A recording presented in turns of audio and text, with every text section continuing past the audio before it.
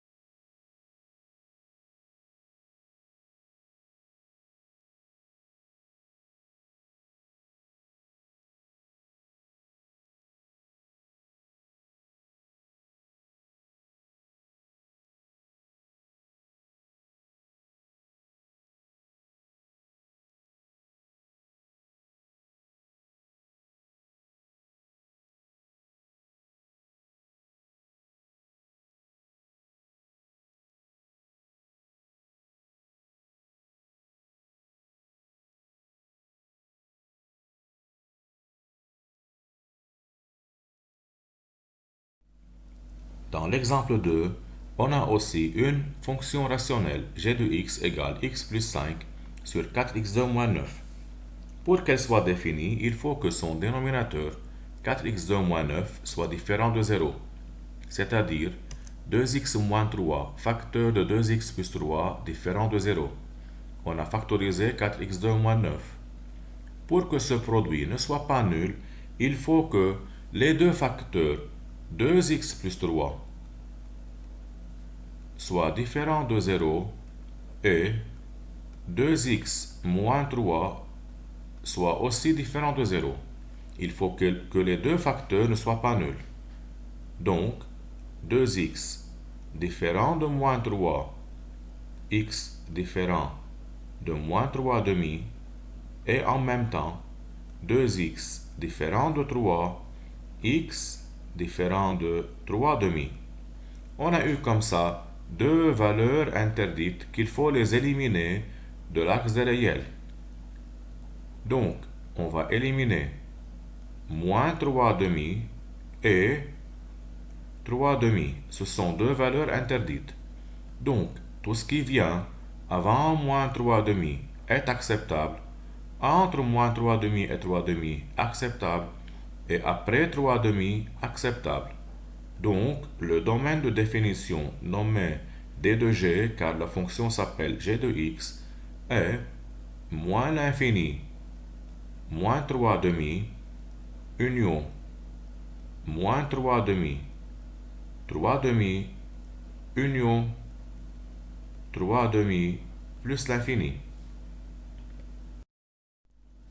Dans l'exemple 3, h de x est égal à x plus 9 sur valeur absolue de x moins 2.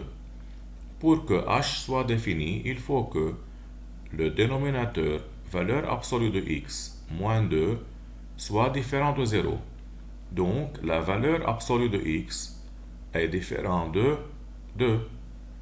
Pour que la valeur absolue de x ne soit pas égale à 2, il faut que x soit différent de moins 2 et x différent de 2. On a eu comme ça deux valeurs interdites, moins 2 et 2. Sur l'axe des réels, il faut éliminer moins 2 et 2. Donc, toute cette région avant moins 2 est acceptable, entre moins 2 et 2 acceptable, et après le 2 est acceptable. Donc, d de h est moins l'infini, moins 2 ouvert, union, moins 2, 2 ouvert, union, 2 plus l'infini ouvert. Dans le quatrième exemple, t de x égale x plus 5 sur valeur absolue de x plus 3. C'est aussi une fonction rationnelle. Pour qu'elle soit définie, il faut que la valeur absolue de x plus 3 soit différente de 0. Donc, il faut que la valeur absolue de x soit différente de moins 3. Or, la valeur absolue de x est un nombre qui est toujours positif.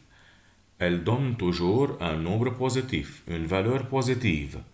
Moins 3 est un nombre qui est négatif.